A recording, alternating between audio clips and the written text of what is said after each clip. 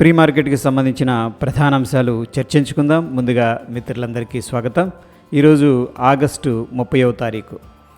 అదే ఫ్రెండ్స్, ఇక్కడ ముఖ్యంగా డాక్టర్ రెడ్డిస్ అనేది ఐసిఐసిఐ బ్యాంక్ రెండు కూడా ప్రెషర్లో ఉన్నట్టు తెలుస్తూ ఉంది. ముఖ్యంగా Infosys, Wipro and HDFC bank మూడు కూడా పాజిటివ్గా అయితే క్లోజ్ అయినట్టు తెలుస్తుంది. ఓవరాల్గా మనకు ఒక మిక్స్డ్ కాంటెక్స్ట్ అనేది ఇక్కడ కనిపిస్తుంది. అంత అగ్రెసివ్గా లేదు, అంత బేరిష్గా కూడా సెంటిమెంట్ అనేది కనిపించట్లేదు. అదేవిధంగా ఇండియన్ ఇండిసెస్ ఎలా పర్ఫామ్ చేసినాయి అనేది ఒకసారి చూద్దాం. దాంట్లో ముఖ్యంగా పిఎస్యు బ్యాంక్ అండ్ ఎఫ్ఎంసీజీ ఫార్మాలో అయితే కొద్దిగా ప్రాఫిట్ బుకింగ్ జరిగినట్టు తెలుస్తుంది. అదేవిధంగా reality, metal, commodity, media, mid cap వీటిలో ఏంటంటే మంచి ర్యాలీ అనేది కనిపించింది. ముఖ్యంగా ఏంటంటే రియాలిటీలో బోటం అయితే క్రియేట్ అయినట్టు కనిపిస్తుంది. సో ఆ యొక్క పర్టికులర్ సెక్టార్ ఆర్ ఇండిసెస్ నుంచి మనం కొన్ని స్టాక్స్ అనేది అప్సైడ్ అనేది చూడొచ్చు. ఇకపోతే ఓవరాల్ పిక్చర్ అనేది మనం చూసుకున్నట్టయితే కొద్దిగా బుల్లిష్గానే కనిపిస్తుంది. 70% అలాగా ఓవరాల్ సెంటిమెంట్ అనేది. అదేవిధంగా గ్లోబల్ సెంటిమెంట్ ఎలా ఉందనేది ఒకసారి చూద్దాం. ఇక్కడ మనం చూసుకున్నట్టయితే హాంకాంగ్ నెగిటివ్గా ఉంది. దాని తర్వాత ఏషియన్ మార్కెట్ జపాన్ కూడా నెగిటివ్గా అయితే ట్రేడ్ అవుతుంది. బట్ అంత అగ్రెసివ్ నెగిటివ్ ఎక్కడా కనిపించట్లేదు. దాని తర్వాత ముఖ్యంగా మనం చూసుకోవాల్సింది డౌ జోన్స్ అయితే ప్రస్తుతానికి ఆల్మోస్ట్ ఫ్లాట్ టు నెగిటివ్గా ట్రేడ్ అవుతున్నట్టు కనిపిస్తూ ఉంది.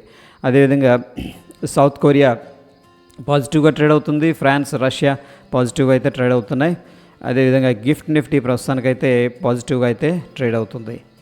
ఇక ఎకనామిక్ క్యాలెండరు నిన్నటి రోజున మనం చూసుకున్నట్టయితే యూఎస్కి సంబంధించిన సిబి కన్స్యూమర్ కాన్ఫిడెన్స్ డేటా అనేది నెగిటివ్గా రావడం జరిగింది. జోల్స్ జాబ్ ఓపెనింగ్స్ కూడా ఈ యొక్క డేటా అనేది నెగిటివ్గా రావటం అనేది జరిగింది.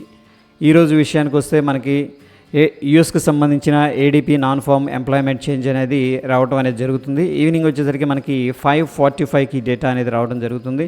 అయితే ప్రీవియస్గా ఏంటంటే 324K ఉంది, ఇప్పుడు 195K అనేది ఎక్స్పెక్ట్ చేస్తున్నారు. దానికంటే ఎక్కువ వస్తుందా తక్కువ వస్తుందా అనేది వెరీ ఇంపార్టెంట్. దాని తర్వాత యూఎస్కి సంబంధించిన జీడిపి క్వార్టర్ ఆన్ క్వార్టర్ బేసిస్లో Q2 డేటా అనేది రావడం జరుగుతుంది. ఈసారి జీడిపి డేటా అనేది పాజిటివ్గా అయితే ఎక్స్పెక్ట్ చేస్తున్నారు. ప్రీవియస్ చూసుకున్నట్లయితే 2% ఉంది. దాని తర్వాత 2.4% అయితే ఎక్స్పెక్టేషన్ అయితే చేస్తూ ఉన్నారు.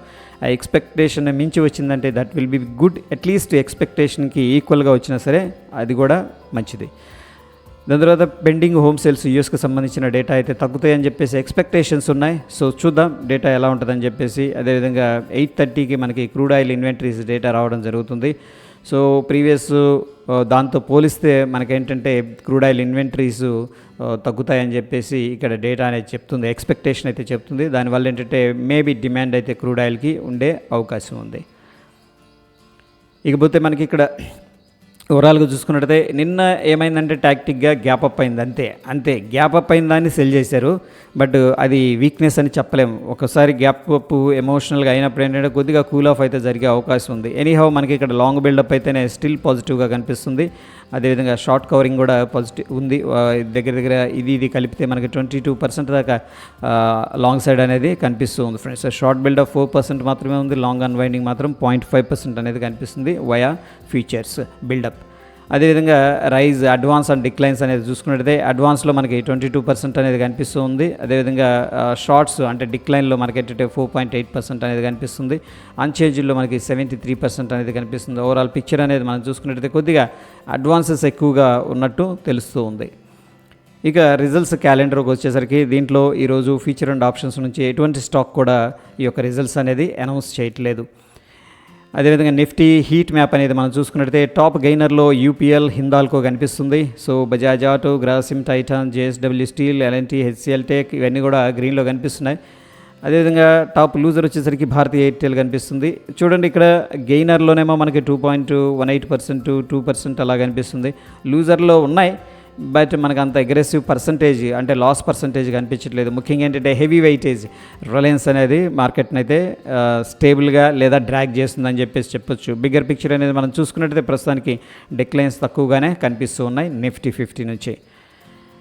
అదేవిధంగా బ్యాన్ లిస్ట్లో ఉన్న స్టాక్స్ అనేది మనం ఇక్కడ చూసుకున్నట్లయితే Indiabulls housing finance, Escorts, Sun TV, RBL bank, GMR infra, Hindu copper, Manappuram అనేది కనిపిస్తుంది. రీసెంట్గా ఏంటంటే బ్యాన్ లిస్ట్లో నుంచి బిహెచ్ఈఎల్ అండ్ ఇండియా సిమెంట్ అనేది బయటికి రావడం అయితే జరిగింది. సో ఇక్కడ కనిపిస్తున్న ఏవైతే స్టాక్స్ ఉన్నాయో వీటిల్లో మనం ఏంటంటే ఫ్యూచర్ అండ్ ఆప్షన్స్ అయితే ట్రేడ్ చేయకూడదు ఫ్రెండ్స్, చేయలేము కూడా. అదేవిధంగా దీంట్లో ఈక్విటీ అయితే మనం ట్రేడ్ చేసుకోవచ్చు. అయితే రీసెంట్గా బ్యాన్ లిస్ట్ నుంచి బయటకు వచ్చిన బిహెచ్ఈఎల్, ఇండియా సిమెంట్లో మనం ఏంటంటే ఫ్యూచర్ అండ్ ఆప్షన్స్ అనేది ట్రేడ్ చేసుకోవచ్చు. ఇక ఎఫ్ఐఎస్ డిఐఎస్ డేటా అనేది మనం చూసుకున్నట్టయితే ఓపెన్ ఇంట్రెస్ట్ డేటా అనేది ఇక్కడ ఎఫ్ఐఎస్ అండ్ క్లయింట్ ఇద్దరు కూడా లాంగ్ పొజిషన్ బిల్డప్ చేసినట్టు తెలుస్తూ ఉంది. అదేవిధంగా ప్రొప్రైటరీ అండ్ డిఐఎస్ ఇద్దరు కూడా షార్ట్ బిల్డప్ చేసినట్టు తెలుస్తుంది. జనరల్గా ఏంటంటే డిఐఎస్ చాలా తక్కువగా యాక్టివ్గా ఉంటారన్నమాట ఏది ఫ్యూచర్ అండ్ ఆప్షన్స్లో.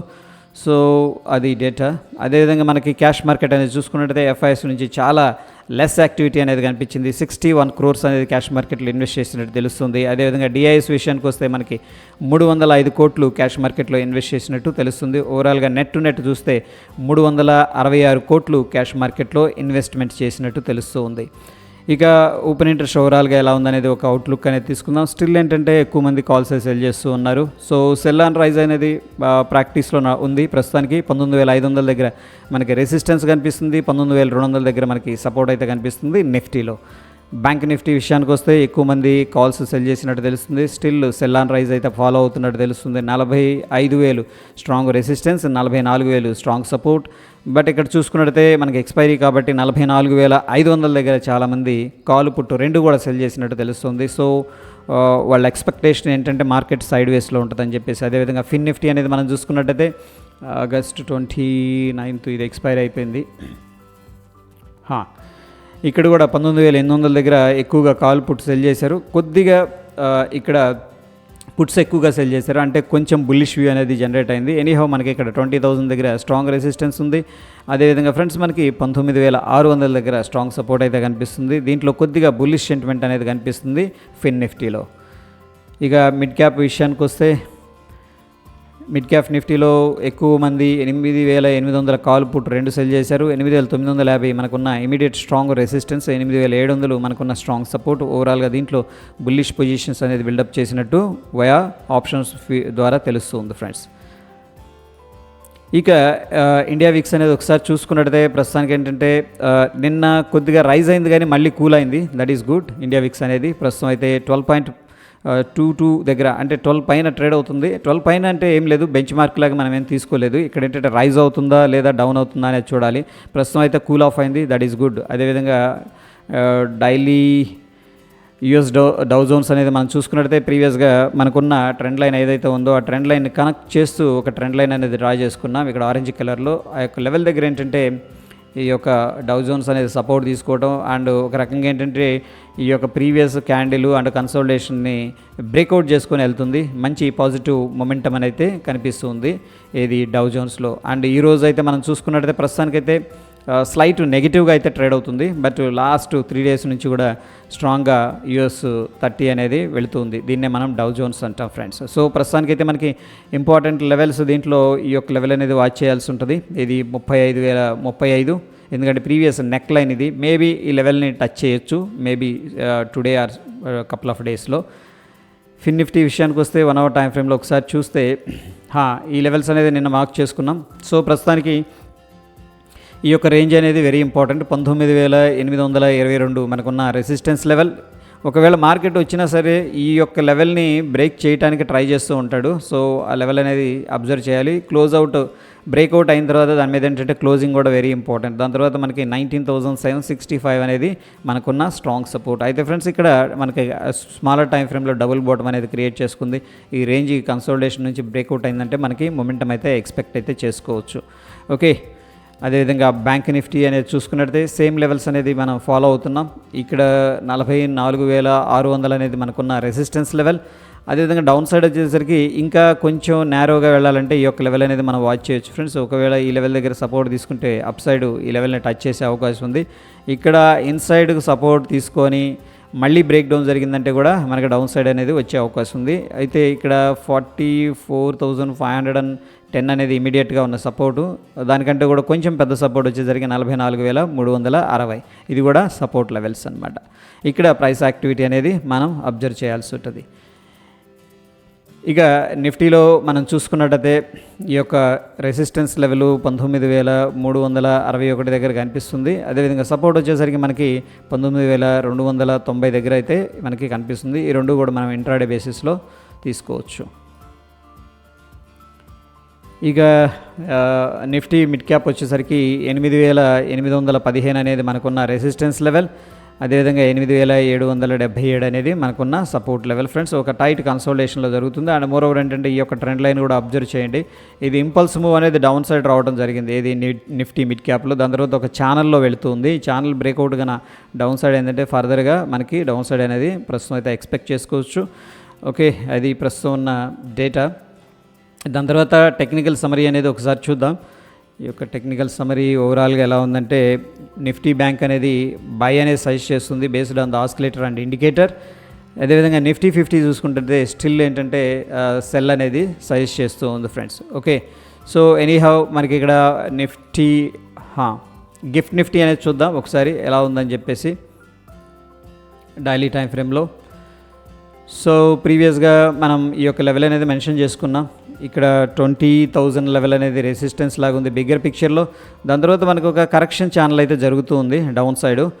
సో ఇక్కడ సపోర్ట్ అయితే తీసుకుంది, ఇది 19,183 దగ్గర. అండ్ రిజెక్షన్ క్యాండిల్, బట్ ఇది ప్రెషర్ క్యాండిల్ అనమాట. అంటే హై నుంచి ప్రెషర్ వచ్చింది కానీ లో అయితే క్లోజ్ చేయలేదు. అంటే బుల్స్ అనేది విన్ అయ్యారు. మళ్ళీ ఇండెసిషన్ క్యాండిల్ మళ్ళీ గ్యాప్ అప్ అయింది. ప్రస్తుతం అయితే ఇండెసిషన్ జరుగుతుంది అండ్ ప్రస్తుతం పాజిటివ్గా ట్రేడ్ అవుతుంది 75 పాయింట్స్. అండ్ ప్రీవియస్గా ఏంటంటే మనం ఇది ఒక లెవెల్ అనేది మార్క్ చేసుకున్నాం. ఒకవేళ ట్రాప్ క్యాండిల్ లాగా అనిపిస్తుంది కదా ఇది మనకి కదా, ఏంటి సడన్గా డ్రాప్ అయింది బట్ ఇక్కడ ఓపెన్ అయిపోయింది మధ్యలో. అండ్ హై సైడ్ అయితే బ్రేక్అవుట్ అయింది 19,333. అక్కడి నుంచి కూడా ఒక 100 పాయింట్లు అయితే పైకి వెళ్ళటం అనేది జరిగింది. సో సెల్లర్స్ ఇక్కడ ట్రాప్ అయ్యారని చెప్పేసి క్లియర్గా తెలుస్తూ ఉంది. ఓకే, ఎనీహౌ మనకి గిఫ్ట్ నిఫ్టీ ప్రస్తుతానికి 19,422 దగ్గర అయితే ట్రేడ్ అవుతున్నట్టు తెలుస్తుంది. అదేవిధంగా నిఫ్టీ అనేది చూసుకున్నట్టయితే 19,342 దగ్గర ట్రేడ్ అవుతుంది.